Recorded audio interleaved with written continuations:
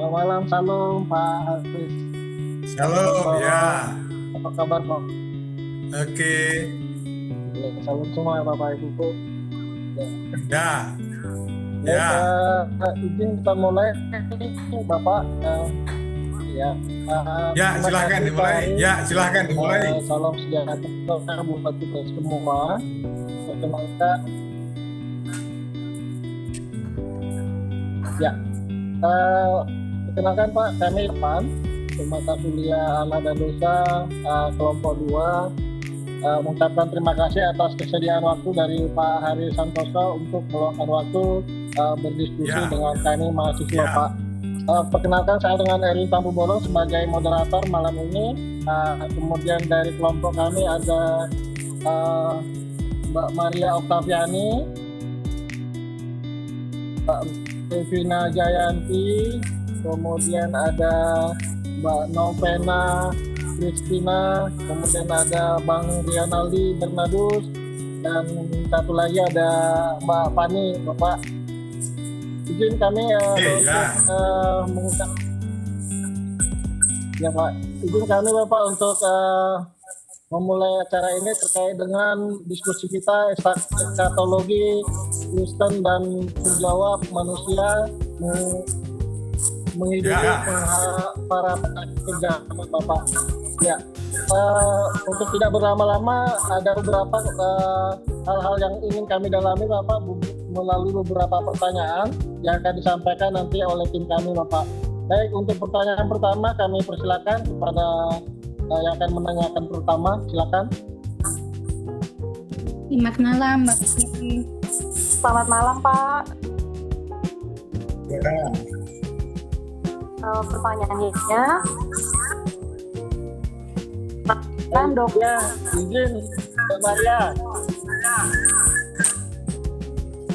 Izin dulu ya, jadi Bapaknya belum perkenalan. Mungkin boleh berkenan Bapak untuk waktu sebentar untuk perkenalan Pak. Dulu ya. Iya, betul Pak, di mute dulu Pak, yang satunya biar nggak ini. Ya.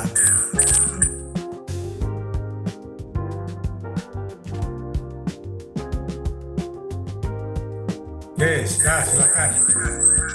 Maaf, ini yang di mute malah yang nggak ada kameranya Pak, maaf. Oh, yang di Oke. Hari ini yang di mute yang nggak ada kameranya. Iya, yang di mute yang nggak ada kameranya Pak, harusnya. Oke.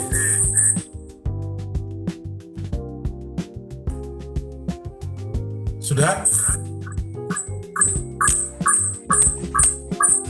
Masih Bapak. Masih. Belum Bapak, belum di mute Pak, yang satu lagi ya.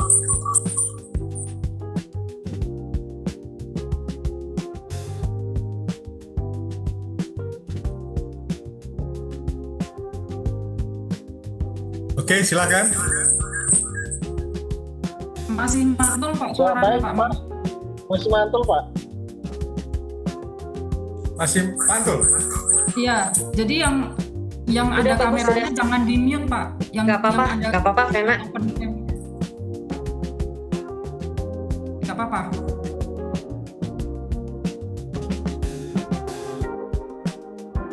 Ya Bapak, Ini nggak muncul. dari satu nyala.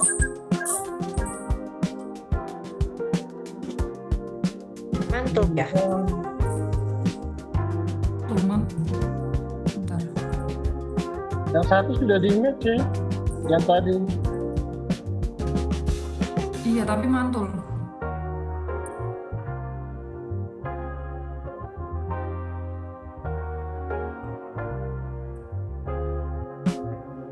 Oke, ya.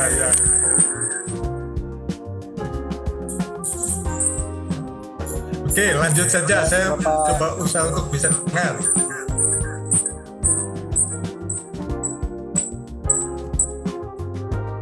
Bapak bisa mendengar kita Pak suaranya? Bisa. Oke. Baik Bapak, dari kami sudah perkenalan. Ya. Sebentar waktunya. Akan diri Pak Ali. silakan Pak sebelum dengan Bapak silakan. Silakan. Ya.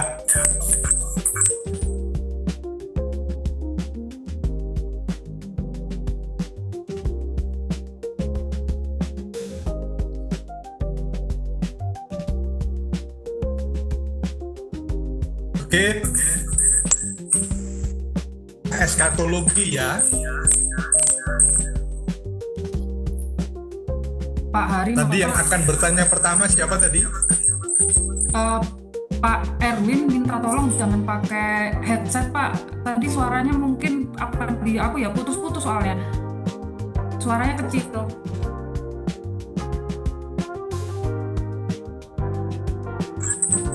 Bukan Pak Erwin, Pak Erwin. Erwin.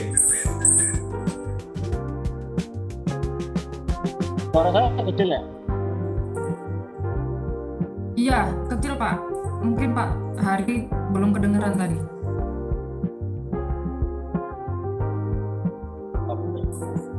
Ya, saya pakai headset ya.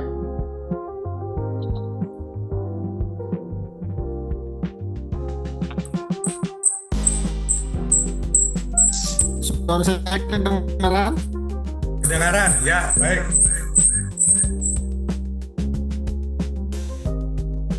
Ya, baik Pak Hari, ya. Boleh berkenan Pak memperkenalkan Pak sebelum kita masuk ke sesi tanya jawab Pak. Silakan Pak. Ya, perkenalkan saya di gereja berjabatan penatua jemaat di Gereja Jawa Sabda Sumunar. Pekerjaan sehari-hari sebagai dosen di Universitas Kristen Immanuel Ukrin. Perkenalan cukup?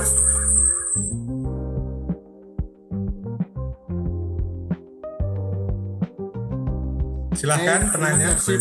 Pak Hari. Ya, saya persilakan sesi pertanyaan pertama ke Mbak Bebina. Ya, selamat malam Pak Hari. Selamat malam. Izin bertanya Pak, menurut Bapak apa yang dimaksud dengan doktrin ekskatologi? Terima kasih. Ya, doktrin eskatologi itu adalah satu doktrin yang mengajarkan tentang akan datangnya waktu terakhir. Ya. Jadi kita mengajarkan akan datang waktunya Allah menggenapi segala firman-Nya, yaitu janji yang pernah diucapkan Kristus akan datang sebagai hakim agung dan nanti akan menghasilkan identifikasi siapa orang yang hidup kekal dalam kemuliaan Allah dan siapa orang yang mengalami penghukuman kekal atau mati kekal. Itu mengenai eskatologi ya. Terima kasih Bapak atas jawaban dan penjelasannya. Pertanyaan selanjutnya akan ditanyakan oleh rekan saya. Terima kasih. Oke. Ya, selamat malam Pak Hari Santoso. Salam kenal, saya Pena. Pak Hari, untuk pertanyaan kedua adalah mengapa menurut Bapak, mengapa doktrin akhir zaman penting dipahami oleh setiap orang Kristen dan bagaimana penerapannya dalam kehidupan sehari-hari kita? Terima kasih Ya. Bapak untuk pertanyaan. Oke, baiklah, pernah ya. Jadi eskatologi itu adalah pengajaran tentang akhir zaman. Ya. Mengapa ini penting karena dengan memahami ajaran Alkitab mengenai akan datangnya waktu Allah menggenapi janji firman-Nya adalah karena setiap orang Kristen memiliki waktu hidup di dunia ini terbatas, ya, untuk menghadirkan tanda-tanda kerajaan Allah melalui penghayatan dan pengamalan ajaran hidup kudus di dunia ini, agar kegelapan dosa tidak menguasai dunia. Tadi saya menyampaikan bahwa setiap orang itu memiliki waktu hidup di dunia yang terbatas, karena nanti akan berpindah ke dunia yang bukan fana ini. Selanjutnya, pengamalan ajaran hidup kudus yang dimaksudkan tadi adalah dimulai dari berpikir yang mulia, memikirkan yang kudus, yang mulia, ya, berkenaan dengan kemuliaan Tuhan. Kemudian, selain berpikir yang mulia, ya, adalah bekerja dengan kualitas yang terbaik. Selama manusia hidup itu wajib bekerja dengan kualitas kerja yang terbaik, tidak boleh kerja asal-asalan, ya, harus kerja yang terbaik. Kemudian cara kerjanya itu cara kerja yang benar, maksudnya adalah tidak melanggar hukum, ya. Kemudian berusaha menegakkan kebenaran dan menegakkan keadilan. Nah, itu terkait dengan mengapa orang Kristen, setiap orang wajib mengetahui pentingnya ajaran Alkitab mengenai eskatologi. Sekian, Mbak Vina. Terima kasih Pak Hari Santoso. Saya lanjut ke pertanyaan nomor 3. Ya. Jika Kristus akan datang sebagai hakim, bagaimana seharusnya orang Kristen memandang hukum dan keadilan di dunia yang sekarang, Bapak? Terima kasih. Ya, oke. Bagaimana orang Kristen memandang hukum, ya? Jadi memang waktu kedatangan Kristus sebagai hakim agung itu tidak bisa diketahui pasti tanggal, jam, tahun berapa, itu tidak pasti. Oleh karena itu, setiap orang percaya wajib hidup dalam kekudusan tadi, dalam kebenaran, dalam keadilan, apapun kondisinya. Senang, tidak senang, itu pola hidupnya harus seperti itu. Kemudian, apakah mungkin, ya, kalau saya meminjam istilah-istilah yang umum sekarang itu adalah bagaimana orang Kristen itu hidup, ya harus memiliki gaya hidup atau lifestyle yang Kristus sentris, yaitu yang berpusatkan Kristus, hidup berpusatkan Kristus, mengikut Kristus atau follower, ya, menjadi pengikutnya Kristus, menjadi muridnya Kristus. Itu tidak diketahui kapan Kristus datang. Itu sebabnya harus terus-menerus melakukan lifestyle seperti tadi, Kristus sentris, follower Jesus, ya. Jadi itu bagaimana seharusnya orang Kristen, ya, seperti itu. Apakah bisa, Pak? Bisa. Kalau dengan kekuatan sendiri manusia, kita tidak mungkin. Godaan itu besar, ya.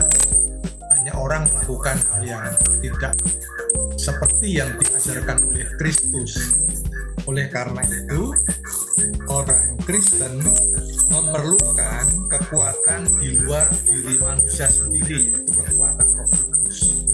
Itu sebabnya setiap orang Kristen perlu terbuka dan meminta terus dipenuhi Roh Kudus, dipimpin Roh Kudus, disertai Roh Kudus dalam hidup sehari-hari, agar bisa memiliki lifestyle yang Kristus sentris tadi.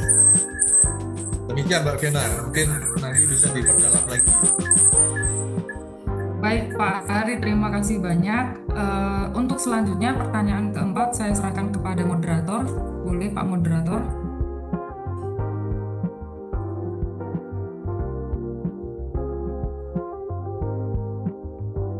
Pak Erwin Pangkulan. Ya, dipersilakan. Mbak Vena sudah, ya? Sudah Pak. Nah, Saya selanjutnya dilanjut yang mau bertanya. Pak ingin bertanya. Ya, baik. Pak, Pak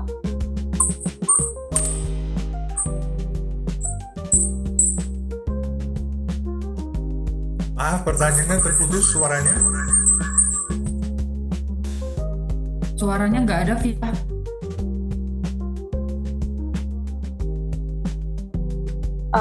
Udah Iya, ada masih belum ya? di-mute. Nah, sudah. Ya, muncul suaranya. Yuk. Ya, apakah iman kepada Allah akhir zaman membuat orang semakin bertanggung jawab terhadap dunia atau justru menjauh dari persoalan dunia? Ya, seharusnya pengetahuan tentang akhir zaman, tentang eskatologi, tentang kedatangan Kristus memenuhi sebagai hakim yang agung, memenuhi janji Allah sebagai hakim yang agung, itu harusnya makin membuat orang Kristen secara teori ya bertanggung jawab atas hidupnya, harusnya demikian. Jadi memiliki lifestyle yang Kristusentris tadi, mengikut Yesus, bukan penggemar tapi pengikut Yesus, follower the Jesus ya.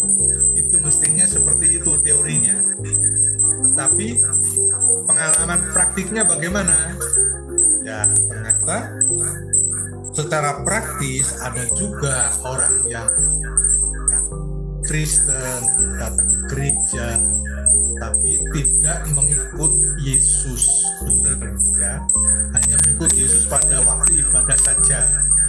Di luar ibadah lifestyle-nya berbeda lagi ya, tidak memuliakan Kristus ya. Kita bisa melihat juga bahwa ada orang Kristen yang hari ini datang ibadah ke gereja, aktif kegiatan gereja, tetapi terkena OTT misalnya ya. Sekarang kasus-kasus yang baru kan OTT itu ya, OTT macam-macam ya, baik OTT maupun OTT yang lainnya. Secara teori harusnya begitu, harus membuat orang itu semakin bertanggung jawab atas hidupnya.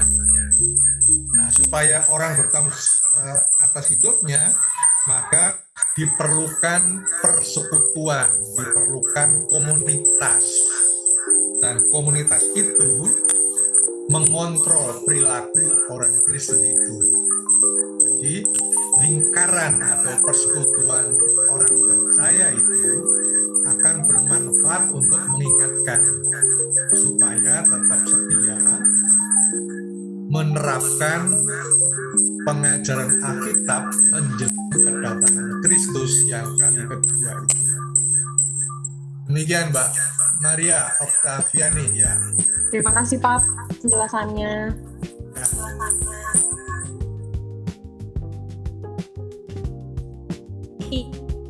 Masih ada? Mbak Ferry, cukup ya. Maaf, sebelum lanjut Dilanjut, Pak Hari. selanjutnya Ya. Ya, teman-teman. sebentar Pak. Sebentar Pak Erwin. Pak Hari minta tolong yang volumenya yang di mute. Ini bisa volumenya dikecilin nggak ya Pak, biar nggak mantul banget.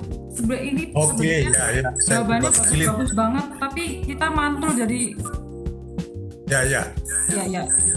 Makasih Pak. Oke.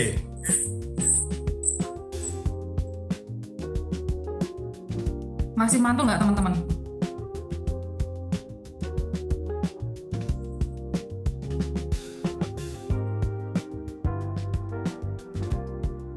Coba tes Pak. Tes. Ya, udah. Coba Pak, tes lagi Pak. Tes. Ya, sip. Jelas banget. Sip. Makasih Pak Hari. Ya, oke. Jadi lanjut jelas, Pak Erwin. mantap. Ya, dipersilakan rekan-rekan yang melanjutkan pertanyaan. Pak Pani ya. Selamat malam Pak. Saya izin melanjutkan ya Pak pertanyaan selanjutnya, silakan. pertanyaan nomor 5. Bagaimana gereja menjelaskan konsep penghakiman Allah tanpa menghilangkan wajah Allah yang penuh kasih?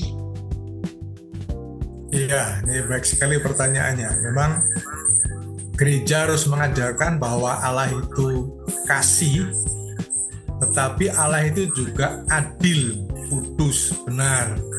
Ya, itu harus diajarkan. Satu sisi mengajarkan nanti Kristus akan datang sebagai hakim, tapi Kristus harus diajarkan juga yang mengasihi.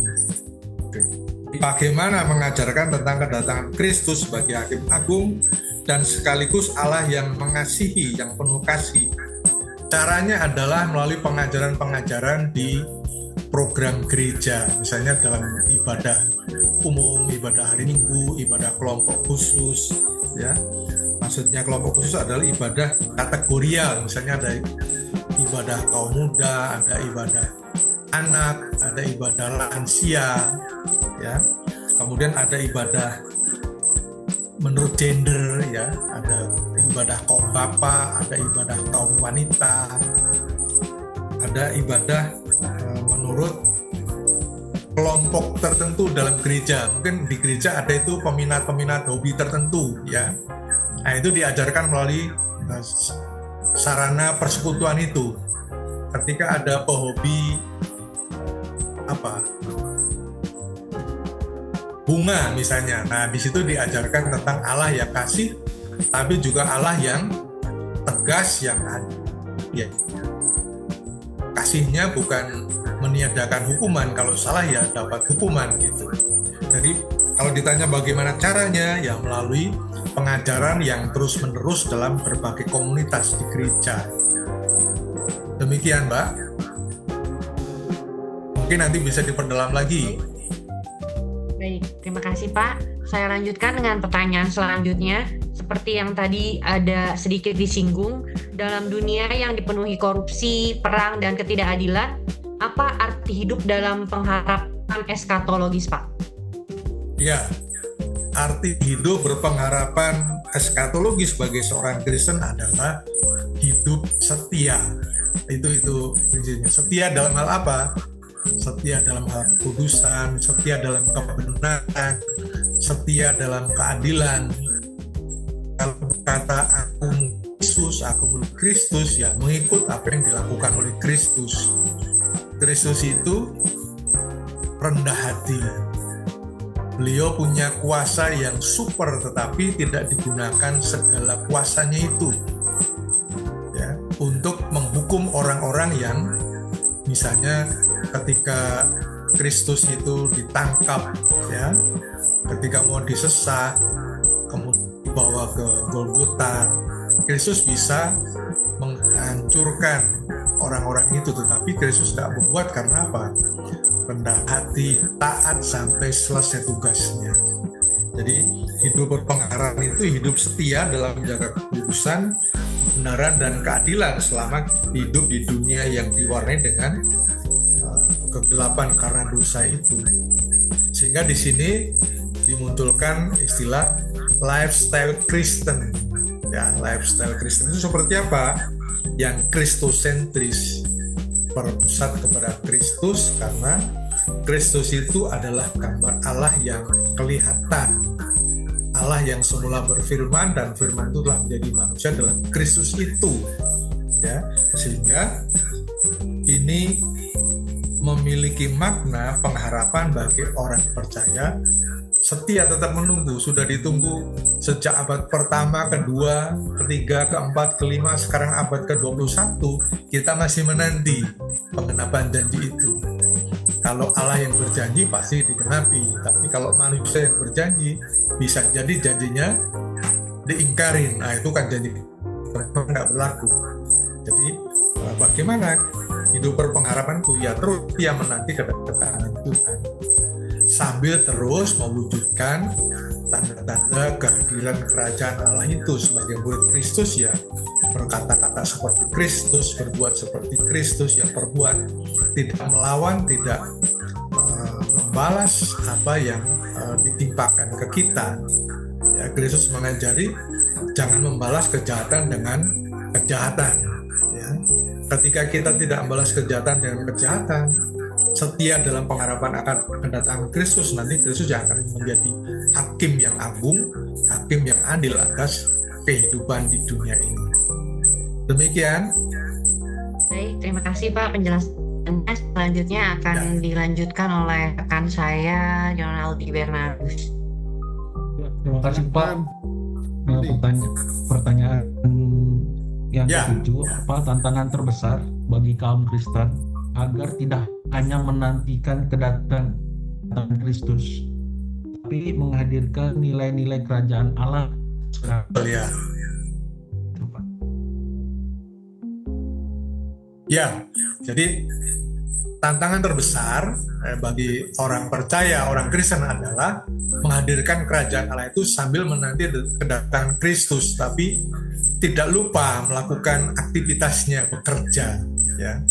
Karena dalam peristiwa di jemaat-jemaat gereja mula-mula itu disampaikan bahwa ada orang yang menanti itu sudah nggak usah kerja saja, ya. Nanti datang seperti itu terulang jadi lagi di abad-abad yang sekarang. Abad terdahulu sudah terjadi, sekarang masih terjadi. Jadi tantangan bagi ya adalah sedang berpikir yang mulia, yang memuliakan Allah, berpikir yang terpuji, ya. Kemudian tantangan pikiran itu sekarang percaya karena banyak pikiran-pikiran atau ajaran-ajaran yang kelihatannya benar, ya, tetapi sungguhnya membawa manusia jauh dari Kristus. Jadi kalau kita punya gaya hidup yang berpusatkan pada Kristus, mengikut Kristus, ya, maka ajaran-ajaran atau filsafat-filsafat yang kelihatannya benar itu bisa jadi membawa seseorang kepada Kristus. Nah, itu karena sekarang banyak orang itu ya, masa begitu firman Tuhan ya begitu, itu aja nggak bisa masuk akal manusia, ya nggak bisa, karena Allah itu di luar akal kita, ya, karena Allah itu yang menciptakan kita, sehingga kita nggak mungkin pahami semuanya rahasia Allah itu. Itu yang pertama. Jadi tantangannya adalah bentuk konsep ajaran atau pikiran atau diterjemahkan lifestyle, ya. Sekarang muncul misalnya lifestyle apa, healthy lifestyle, ya, gaya hidup sehat, yang penting sehat, nggak perlu Tuhan. Nah misalnya itu tantangannya. Mungkin juga ada lifestyle teknologi, ya. Sekarang ada di tangan handphone kita nggak perlu berdoa, nggak perlu Tuhan, ya. Kelihatannya kan enak gitu, oh, saya sudah berdoa lama juga nggak dapat, tapi begitu saya pegang telepon, nomor telepon dipencet, pertolongan datang. Itu lifestyle teknologi. Itu tantangan besar juga, ya. Terus ada apa lagi? Lifestyle kesehatan, kemudian teknologi, dan saya kira sangat banyak itu gaya-gaya hidup yang ditawarkan di zaman sekarang, ya. Mungkin hari Minggu mestinya ibadah di gereja, tapi lifestyle-nya ke tempat-tempat apa yang menyenangkan hati manusia, ya, menyenangkan hidupnya manusia. Ya. Saya kira itu, Mas, tantangannya. Jadi diterjemahkan ke dalam gaya hidup, kita harus tetap setia. Kristus akan datang segera. Segeranya kapan kita tidak tahu, ya, kita tidak tahu segeranya itu kapan, tapi pasti akan datang.